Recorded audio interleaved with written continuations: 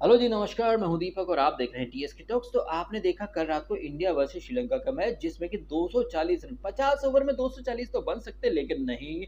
हमारी team India 32 रनों से ये मुकाबला हार गई। वो टीम इंडिया जिसमें हिटमैन ने ताबड़तोड़ शुरुआत करी थी। 13 ओवर के अंदर आई थिंक 90 समथिंग बन गए थे। 13.3 ओवर यानी कि 14वें ओवर में 97 रन बन चुके थे। अगर हम इसको राउंड ऑफ कर दें, ऑलमोस्ट 14 ओवर और 100 रन मान ले, तो अगले 36 ओवर में सिर्फ आपको 140 रन चाहिए थे। और 36 ओवर में गेंदें कितनी होती हैं? 216।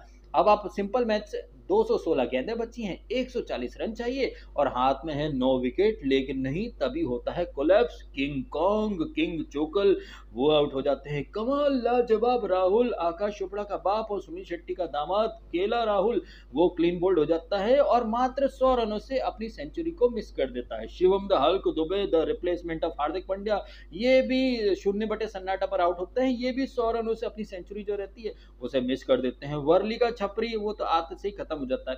अच्छा, इससे पहले कि काफी सारे लोग मुझे ज्ञान दे कि भाई खिलाड़ी है, इंटरनेशनल प्लेयर है, छपरी क्यों बोल रहे हो, तो यार माय डियर चोमुओ, तो माय डियर चोमुओ उर्फ खिलाड़ियों के सस्ते वकीलों, थोड़ा सा ना होमवर्क करके आया करो। क्योंकि वर्ली का छपरी जो श्रेयस अय्यर है, इसने खुद ने इंस्टाग्राम पर स्टोरी डाली थी, वर्ली के छपरी, ये कैप्शन देकर। तो जो खिलाड़ी खुद खुद को छपरी बोल रहा हो उसे हम छपरी बोले, ये वाला तो लाजमी है। ठीक वैसे ही जैसे फुद्दू फरहान की अम्मी का नाम शब्बो आजमी है। अच्छा, लाजमी आजमी से एक चीज और याद आई मुझे।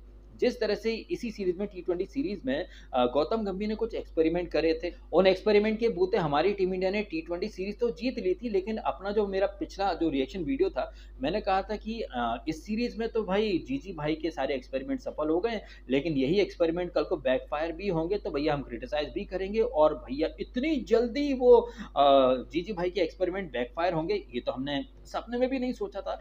क्योंकि आप अगर पीछे पलट के देखेंगे तो भाई टी20 सीरीज में जिस तरह से हमारे वो खिलाड़ी जो कि हैं बल्लेबाज, लेकिन उनकी पार्ट टाइम जो स्पिन है वो काफी कारगर साबित हुई थी। रेयान पराग को वॉर्न बना दिया था, सूर्य कुमार यादव को शकलेन मुश्ताक बना दिया था, रिंकू को मुरलीधरन बना दिया था जीजी भाई ने। मुझे लग रहा है कि जीजी भाई की लेबोरेटरी से एक ऐसा रसायन सनत जयसूर्या ने उठा लिया, और इस वनडे सीरीज में जयसूर्या साहब ने वो सारे एक्सपेरिमेंट जो कि कल तक उनके खिलाफ जा रहे थे, उन्होंने ऐसा कोई केमिकल बनाया कि वही सारे केमिकल, वही सारी कड़वी दवाएं जिनका डोज जीजी भाई श्रीलंका को दे रहे थे, श्रीलंका वालों ने वही सारे डोज, वही सारे रसायन थैंक्स बट नो थैंक्स बोल करके जीजी भाई के ऊपर दे मारे। तो टी20 सीरीज में हमारे खिलाड़ी चले, हमारी टीम चली, लेकिन वनडे इंटरनेशनल अब चूंकि 10 महीने का गैप रहा है ना बीच में, इन 10 महीने में हमारी टीम ने या तो टी20 खेले हैं, आईपीएल, टी20 वर्ल्ड कप, और एक टेस्ट सीरीज हुई थी अगेंस्ट इंग्लैंड, जिसमें टॉम हार्टली करके एक नया प्लेयर था, जिसने आते से ही आई मीन पहले मैच में काफी दम दिखाया था। और ये कोई पहली बार नहीं है कि कोई अननोन सा बॉलर आए और टीम इंडिया के अगेंस्ट एकदम से चल जाए। आई थिंक अजंता मेंडिस करके था 2008 एशिया कप में, उसने 6 विकेट लिए थे। अजंता मेंडिस के बाद अब श्रीलंका का एक और नया लड़का जेफरी, वो 6 विकेट लेकर चला गया है। जहां एक तरफ हमारे कुलदीप, अक्षर और वॉशिंगटन सुंदर, ये जो 3 दिग्गज स्पिनर है हमारी टीम इंडिया की, ये तीनों के तीनों मिलाकर के 6 विकेट लेते हैं। ऑल दो कुलदीप काफी अनलकी रहा है, क्योंकि जिस हिसाब से उसकी बॉल को स्पिन मिल रहा था, मतलब कुछ कुछ बॉल्स तो ऐसी थी कुलदीप की कि सीधा 60 से 70 डिग्री का टर्न मिला, लेकिन कल कुलदीप का नसीब उसके साथ नहीं था। अदरवाइज कुलदीप को आराम से 4 से 5 विकेट तो मिलते ही मिलते, लेकिन लक जो था वो कल श्रीलंका और जो नया लड़का जेफरी उसकी साइड में था। तभी तो वो श्रीलंका जो कि मतलब शुरू में काफी बैकफुट पर थी, जिस तरह से रोहित शर्मा ने अटैक करा था, मात्र 13 ओवर के अंदर 90 समथिंग मार दिए, अब 9 विकेट बचे हैं, और वहां से किसी ने इमेजिन भी नहीं किया था कि टीम इंडिया यहां से हार जाएगी, और हारेगी तो हारेगी 30 से ज्यादा रनों से हारेगी, वो भी तब जबकि 14 ओवर के अंदर 90 बन चुके हैं।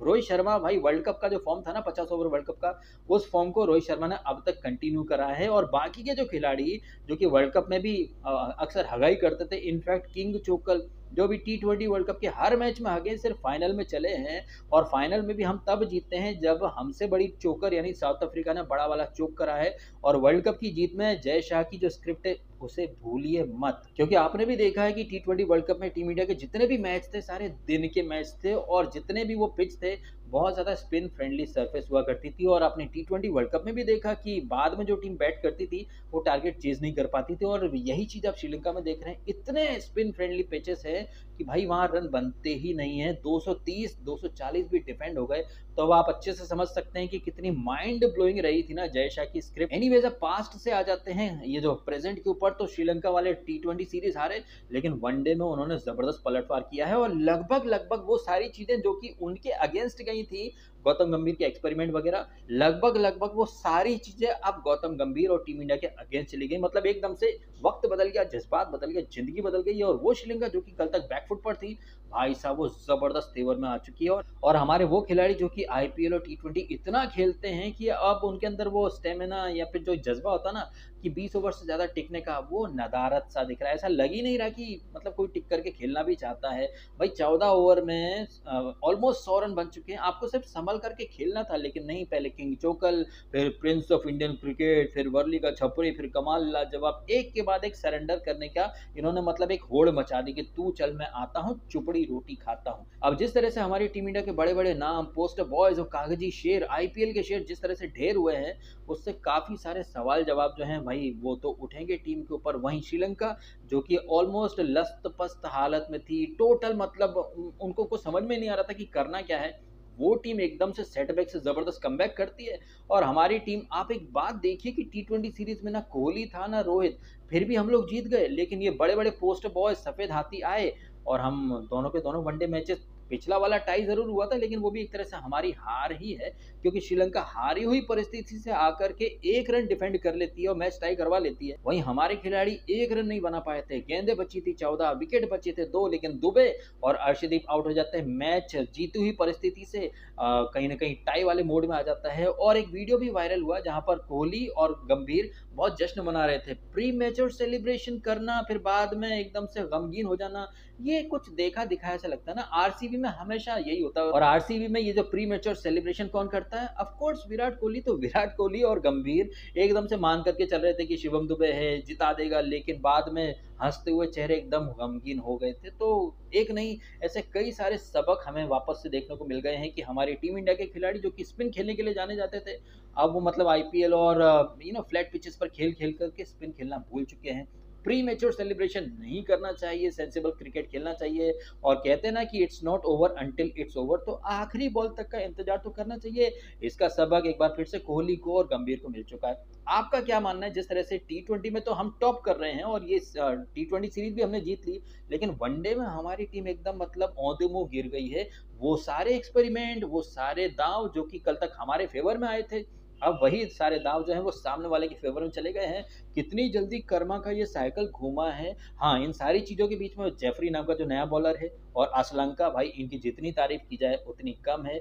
और जितना हम उन्हें अप्रिशिएट करेंगे उतना ही हमारे जो खुद के खिलाड़ी हैं उनकी काबिलियत, उनकी टेक्निक के ऊपर काफ़ी सारे सवाल डेफिनेटली उठेंगे कि भैया स्पिन फ्रेंडली सरफेस पर खेलने वाले हमारे कागजी शेर मतलब ऐसे होंगे ढेर, किसी ने सपने में भी नहीं सोचा था। आपका क्या मानना है ये जो 2 मैचेस हुए हैं, इन मैचेस के बारे में, जिस तरह से टीम का कोलैप्स हुआ है? और क्या लग रहा है आपको कि जीजी एरा में पहली सीरीज डिफीट लोडिंग, क्योंकि यहाँ से हम सीरीज जीत तो नहीं सकते लेकिन हाँ ड्रॉ जरूर करवा सकते हैं अगर अगला मैच हम लोग जीत गए तो। लेकिन भाई साहब जिस तरह से श्रीलंका के विकेट स्पिन ले रहे हैं, अब भाई वहां पर टॉस बड़ा इंपॉर्टेंट फैक्टर हो जाएगा। और इन सारी चीजों के बीच में एक चीज और निकल के आई है कि लगभग 10 महीने का गैप हुआ है। जो पिछला वनडे खेला था, जो कि इत्तेफाक से लास्ट वर्ल्ड कप का फाइनल था 19 नवंबर 2023 की, वो रात हम कैसे भूल सकते हैं। 19 नवंबर के बाद से अब जाकर के टीम ने ओडीआई क्रिकेट खेला है, यानी कि पिछला ओडीआई मैच और इस ओडीआई मैच के बीच में तकरीबन 10 महीने का गैप रहा है। और इन 10 महीने के बीच में टीम ने हद से ज्यादा, सिर्फ अगर कुछ खेला तो वो T20 ही खेला। तो हद से ज्यादा T20 खेलने का असर इस सीरीज में देखने को मिल रहा है। क्या कहना है आपका? ये जो 10 महीने का जो गैप था उसके बाद ओडीआई क्रिकेट में हम आते से ही खत्म हो गए, भाई इसके ऊपर तो बहुत अच्छी खासी डिबेट वगैरह होंगी। क्या है आपके ओपिनियंस? कमेंट करके अवश्य बताइएगा। आपने समय निकाला, वीडियो देखा, आपका धन्यवाद। Thank you so much.